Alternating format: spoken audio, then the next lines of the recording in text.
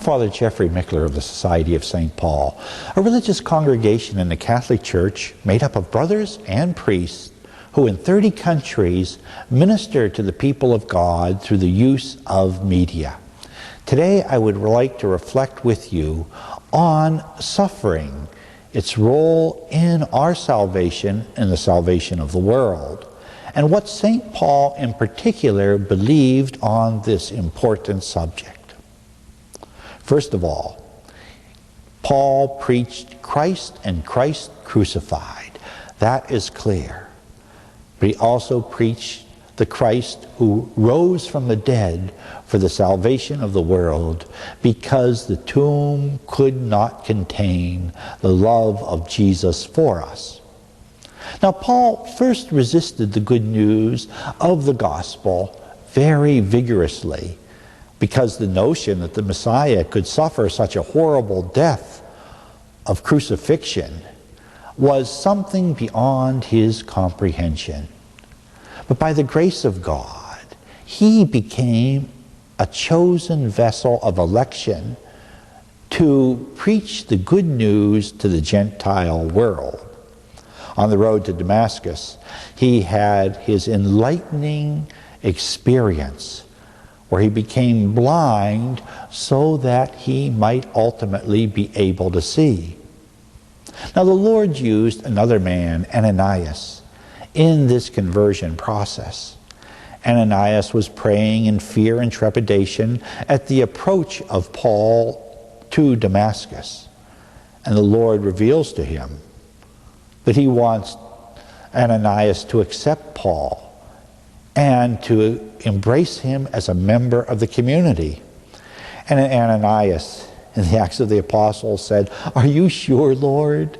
Are you positive? I've heard from many sources all the evil this man has inflicted upon your disciples," the believing community. And then we have, in the 9th chapter of Acts, this powerful and defining line. "Go, for this man is my chosen vessel to bring my name before the Gentiles and their kings, and before the sons of Israel. For I'll show him how much he'll have to suffer for my name." So from the moment of his conversion, Paul had a call to be a suffering servant himself for the sake of the people of God. Suffering wasn't something that was extraneous to his call to discipleship, but was at its very heart. Now, we have all types of suffering in our life. Some comes from simply being biological creatures in a sinful world, where our bodies eventually break down due to illness or accident, or simply old age.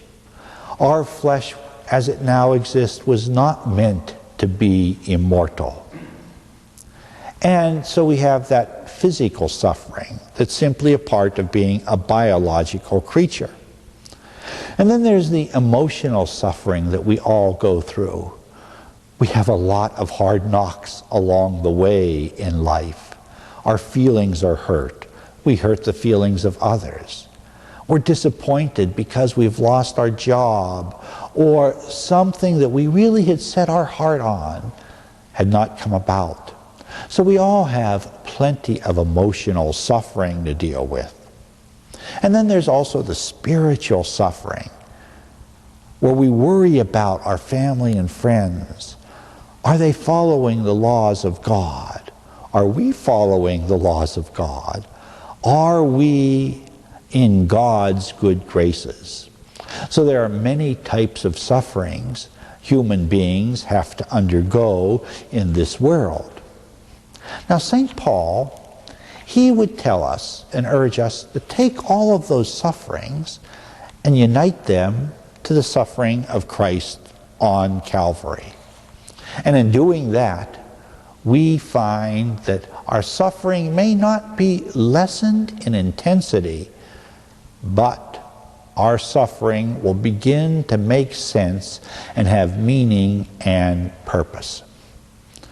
Now, St. Paul received his vocation to be a suffering servant as he delivered the good news of salvation to the kings and princes of this world, as well as the slaves and the commoners.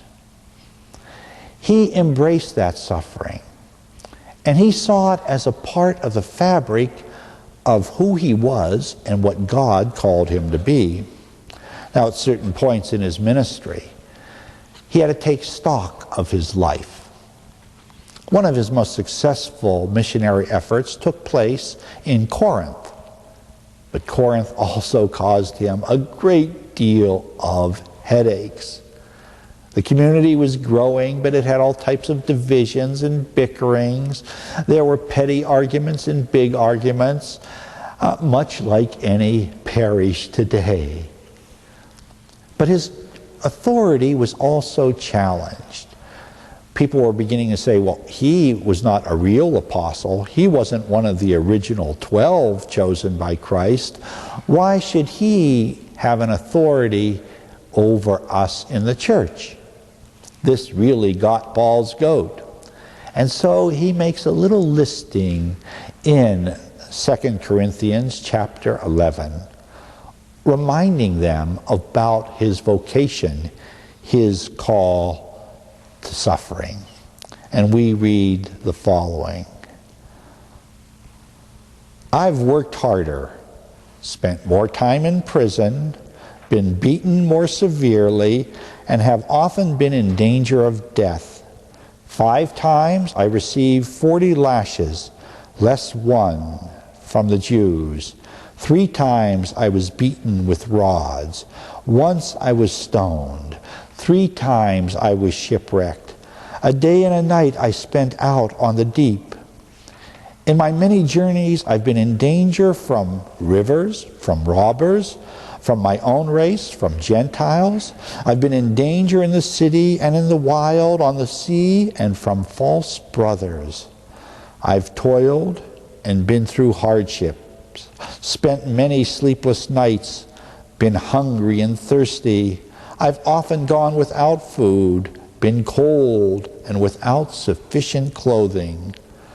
Apart from these external things, I experience daily cares and anxiety for all the churches.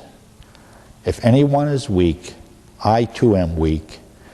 If anyone is led into sin, I too am ablaze with indignation. So he had the mental suffering as well as the physical. And his greatest suffering was his worry for the churches, for the likes of people like you and I.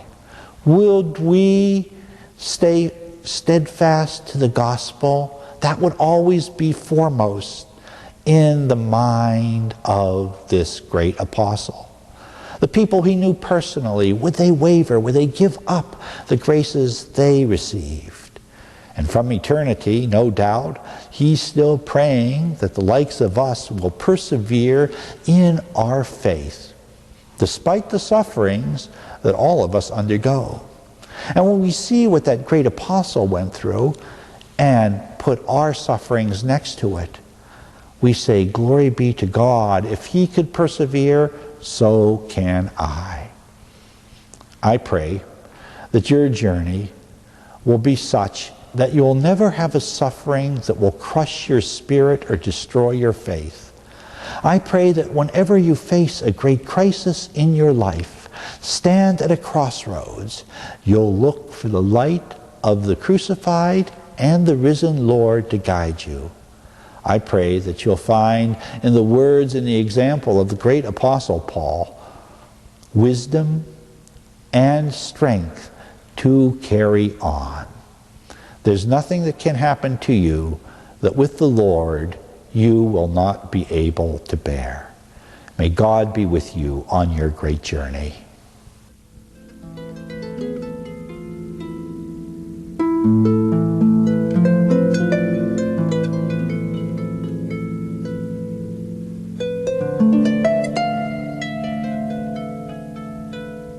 you.